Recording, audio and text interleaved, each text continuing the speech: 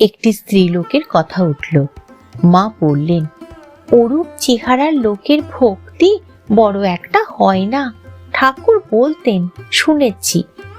আমি বললুম, হ্যাঁ মা, আবার কান তুলসে, ভিতর বুদে ইত্যাদি আছে, ঠাকুরের বইয়ে পড়েছি। মা, ও সেই কথা বলছো? সে নারায়ণদের বাড়ি গিয়ে ও কথা হয়েছিল। একজন একটি স্ত্রীলোককে রেখেছিল। সে স্ত্রীলোকটি এসে ঠাকুরের নিকট আক্ষেপ করে বলেছিল, ওই তো আমাকে নষ্ট করেছে, তারপর আমার যত গহনা টাকা ছিল সে সব নিয়েছে।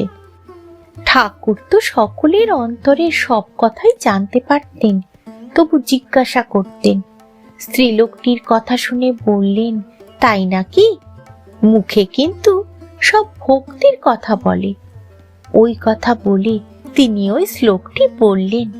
যা হোক, মাগি তো তার কাছে পাপের কথা সব ব্যক্ত করে খালাস পেয়ে গেল। নলিনী, তা কি হয় মা? পাপের কথা একবার মুখে বললে আর সব ধুয়ে গেল, তাই যায় কি? মা, তা যাবে না? তিনি যে মহাপুরুষ, তার কাছে বললে যাবে না?